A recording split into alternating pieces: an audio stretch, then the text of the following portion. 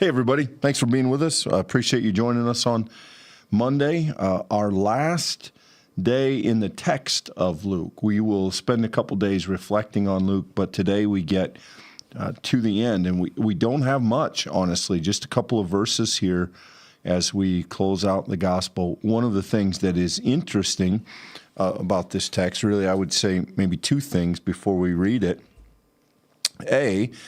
Luke is the only one that gives us this story. Luke is the only gospel that has an ascension story. In other words, what happens to Jesus in the transition from earth to heaven. And secondly, Luke revisits this story as he begins the book of Acts and expands it. And so here we get almost a kind of a bookmark, not really a full closure, because it is this very scene, an expanded version of this scene, that he's going to use to open the book of Acts. But let me read these couple verses, then we can see what's in here. He led them out as far as Bethany, and lifting up his hands, he blessed them. While he was blessing them, he withdrew from them and was carried up into heaven. And they worshiped him and returned to Jerusalem with great joy, and they were continually in the temple blessing God. An interesting thing that we've seen the last couple of weeks in Luke's gospel, particularly after the resurrection story, this idea that Jesus just shows up and leaves randomly. And we have that idea here. He withdrew from them and was carried into heaven. And Luke says about 4 words about that. It does. You would think that would be a thing to explain, and we do get a little expanded version of it in the book of Acts. But in the same way we saw that Luke told us Jesus disappeared from the 2 disciples, that he just appears to the disciples back in Jerusalem. There's just there's a strangeness to the way that Jesus fades in and out of these stories, and I suspect, that's Luke's way of telling us that life on the other side of the resurrection is interesting as regards Jesus, that he shows up, that then when things are okay, he does something else, not in the sense that he's unavailable, but just in the sense that sometimes he's very visible and other times he's kind of not as visible. And here we get that the disciples worshiped him. They returned to Jerusalem with great joy. Obviously, worship and joy. We've seen these themes woven throughout this gospel, and no surprise, Michael, that Luke kind of leaves them with this combination. So I think there's a few things worth noting. The first that you've said, Clint, I think helpfully, is the brevity of this account. There's a lot for us to learn from that, so maybe I'll circle back around to that. But I think another thing that I want to name here very quickly is the fact that this is actually included as part of our Apostles' Creed. If you recite that as part of worship in a congregation, you affirm that Jesus ascended into heaven.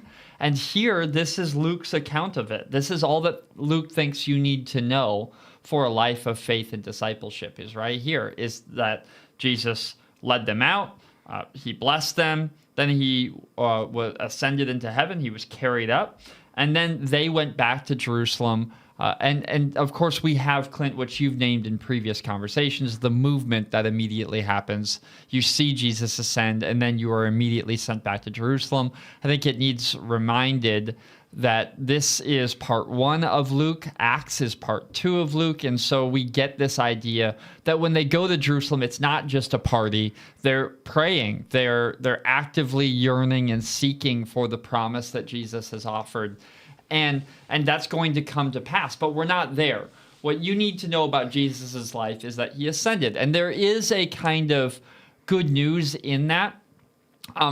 It's the gospel writer's way of making sure that we know that Jesus died, then he rose again from the dead. He was seen bodily. He did these bodily things. He walked with those on the road to Emmaus. He ate, he broke bread. Then he ate fish. He had these human encounters with the human disciples. And then the gospel writer, Luke, wants us to know, And then Jesus was carried up. He was taken away. And the idea is that he didn't die somewhere on earth. He didn't go off and disappear. No, he is now and presently seated with God on high.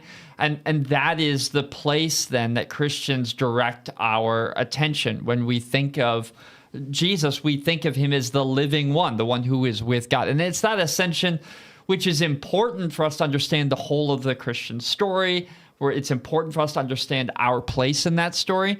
But it's interesting, Clint, how little Luke wants to tease out about that. There's not a lot of theology. In fact, there's no teaching in this text. Instead, it's just simply the action of Jesus and the things that follow.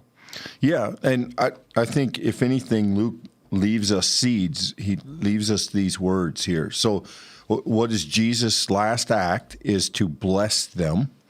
And Luke has this, even while he was blessing them, he was withdrawing, that he was both blessing them and ascending, that those two things are happening at once.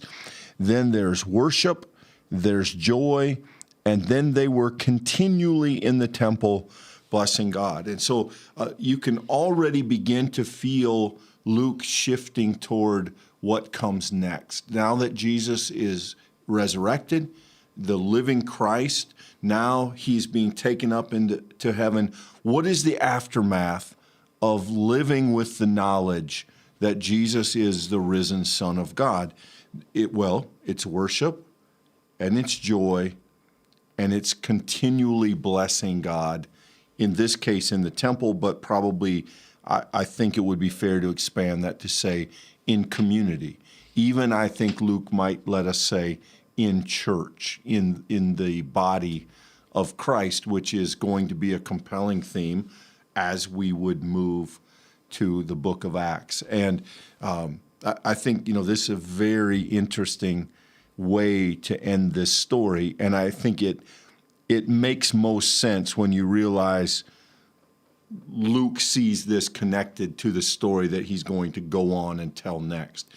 Yes, it stands alone, but it's written with the knowledge that volume 2 is on the way. And I think that in volume 2, that idea, particularly the early part of Acts, these concepts of worship and joy and blessing God, that's going to be where he centers the story for the first several chapters. There's also a specificity in this, Clint. The fact that they're worshiping in the temple, blessing God, is a reflection of who they are. These are Jews. These are Jewish believers. These are Jesus's followers. And Luke is not including a detail about that on accident. These are the very people who are going to soon be messengers of the good news far beyond the walls of the temple. In fact, the first generation of Christians will see the gospel go far beyond. The temple has all of these different courts, and there are some courts that the Gentiles can't go beyond. And the first generation of Christians are going to carry the gospel far beyond those courts into every corner of the known earth. And it seems to me not accidental that Luke includes a detail like this, that they're in the temple blessing God. For now, that is the center of their worship. But we know, if you continue on in the telling of this story in the book of Acts, that it's going to quickly, like a fire, it's going to burn outside the walls of that temple. It's going to spread, and it's going to go from not only Jerusalem to Judea, Samaria, and to the ends of the earth. It's an amazing sort of shorthand way of letting us into what part of the story that Jesus' ascension marks the bookend of. But at the same time that it's bookending Jesus' earthly ministry, it's also the beginning of the disciples' earthly ministry, the new sort of ordination that Jesus has made of these individuals, men and women, who are now going to go do the work of ministry.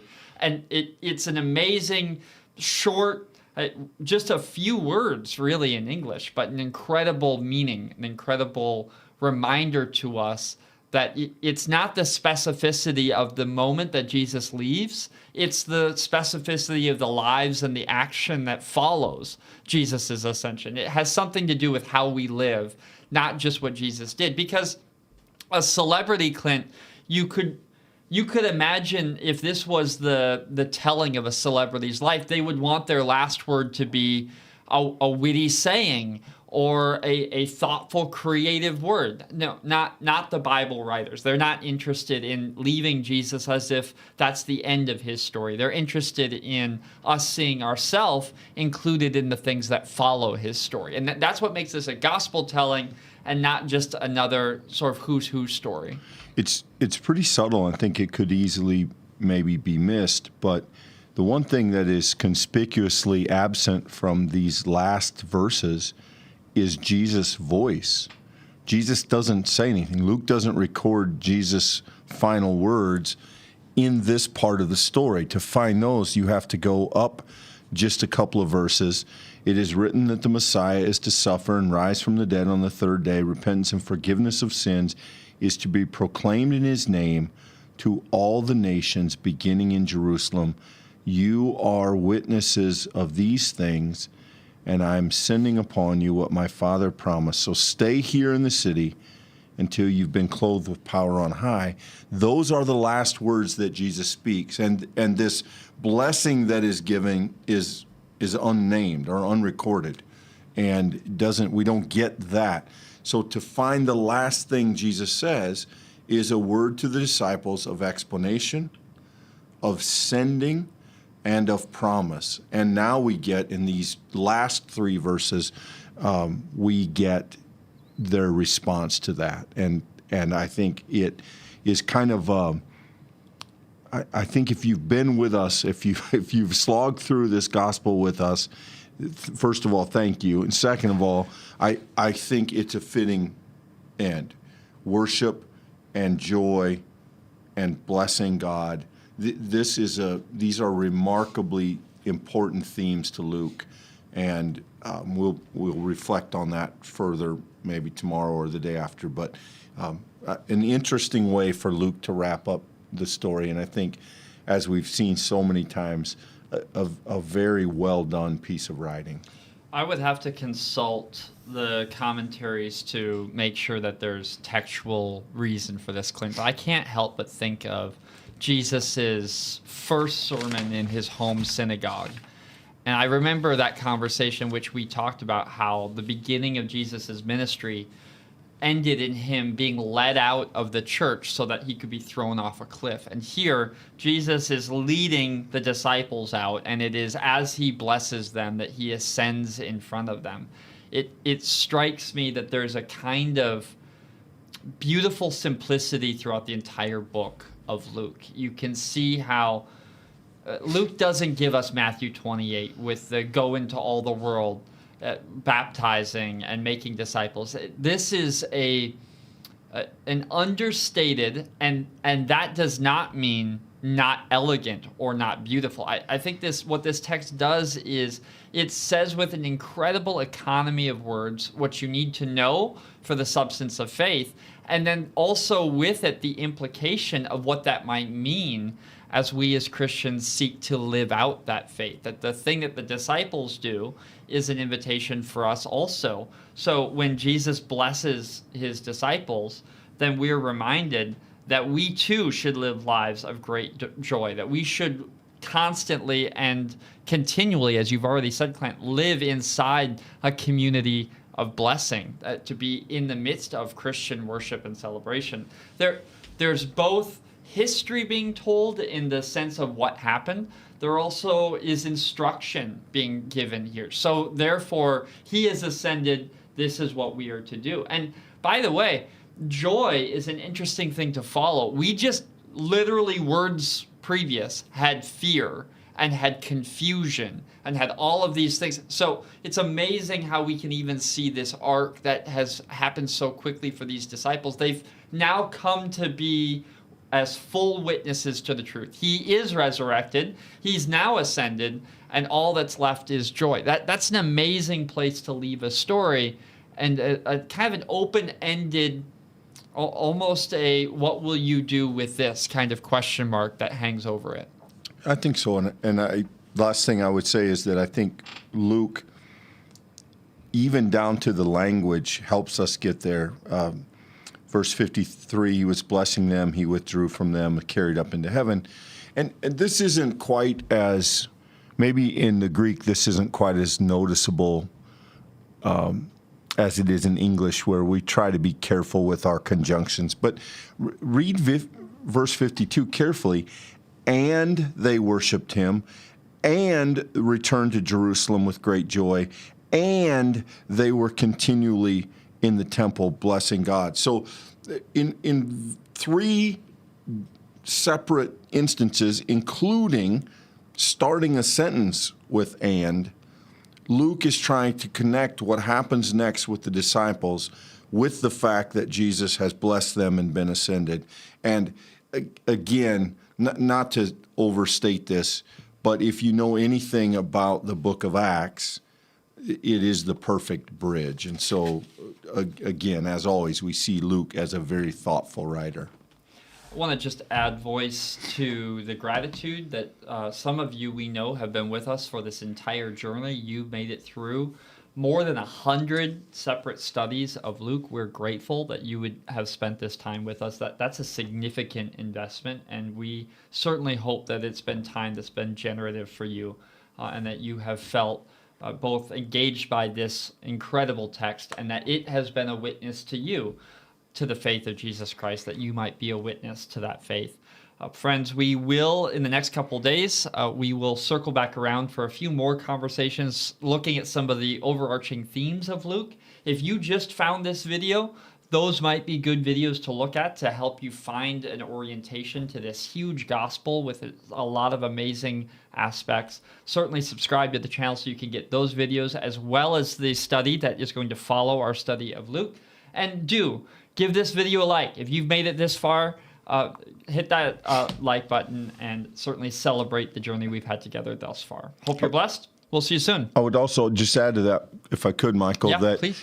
As you think about the Gospel of Luke and however many of the studies you've been through, if you have a question, if there's a theme that stands out, or if there's something that remains unclear at this point, shoot us an email, drop a comment in. We'll do our best to see it. We would love to try and speak specifically to anything that may still be unclear as we kind of give our own thoughts and wrap-ups on Luke the next couple days. Yeah, that's helpful. That's a good word. We'll see you tomorrow.